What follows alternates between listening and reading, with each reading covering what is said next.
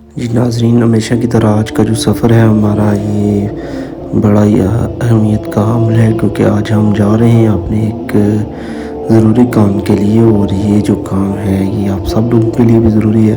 بڑا ہی جو انفارمیٹیو آج کا ولاگ ہے، اور بڑھتے ہیں آج کے ولاگ کی طرف، اور ہمارے ساتھ رہیے گا کیونکہ آج کے ولاگ میں آپ کو ہم دکھانے جا رہے ہیں حجامہ سینٹر کوٹلی، اور اس کے حوالے سے ہم آپ کو آج سارا کچھ بتائیں گے کہ حجامہ کیوں ضروری ہے، کس لیے ضروری ہے، اور کیوں کروایا جاتا ہے، اور کن امراض کے لیے کروایا جاتا ہے۔ تو چلیں بڑھتے ہیں اپنے سفر کی طرف اور دکھاتے ہیں آپ کو آج حجامہ سینٹر کوٹلی کا ویو، اور یہ کس جگہ پہ واقع ہے اور کہاں پہ ہے یہ میں آپ کو ساتھ بتاؤں گا۔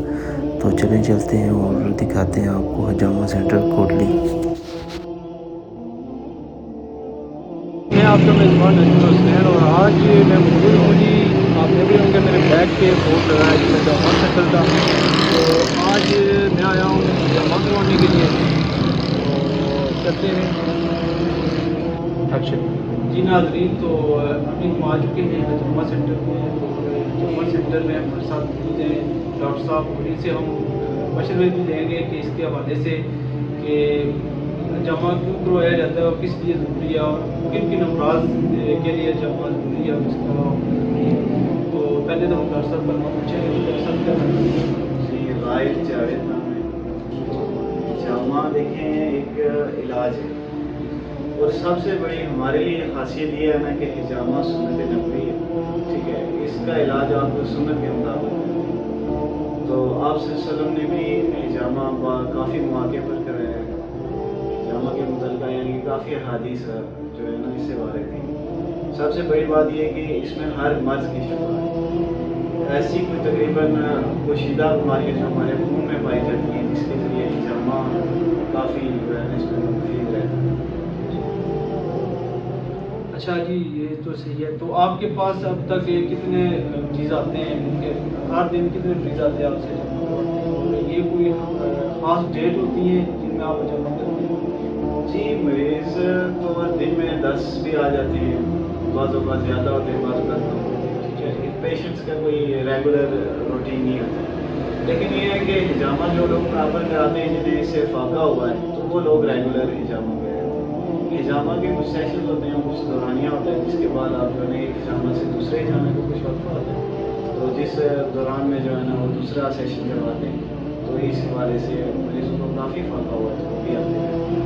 آپ کیا سنتے ہیں کتنے سیشن میں حجامہ بندے کا جب آپ کرتے ہیں تو بندہ بالکل ٹھیک ہو جاتا ہے، ٹھیک پوزیشن میں آ جاتا ہے جیسے پہلے طرح سے؟ دیکھیں سب سے بڑی بات تو ہے کہ شفا من اللہ ہے، کہ شفا کا معاملہ اللہ کی طرف سے ہے۔ تو چونکہ یہ سنت نبوی ہے، اس لحاظ سے کئی مریض ایسے آتے ہیں میرے پاس ایسی بیماری کے حوالے سے بھی ہیں، بہت پوشیدہ امراض ہو، ٹھیک ہے، تو انہیں کافی فائدہ ہو جاتا ہے۔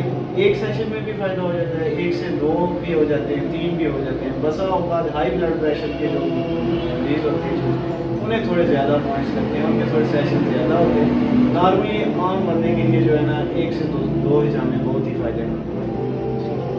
اچھا، اسلامک پوائنٹ آف ویو سے اگر دیکھا جائے تو میں نے کافی بار سنا بھی ہے اور کافی کیونکہ میں خود ارادہ رکھتا تھا جمع کروانے کا، تو میڈیسن تو میں نے بہت زیادہ کرائی ہے، سچی بات ہے کہ میڈیسن کھا کھا کے میں تھک چکا ہوں، اور میں اس لیے آیا کہ میں نے کہا چلیں آپ سے جمع کرواتے ہیں۔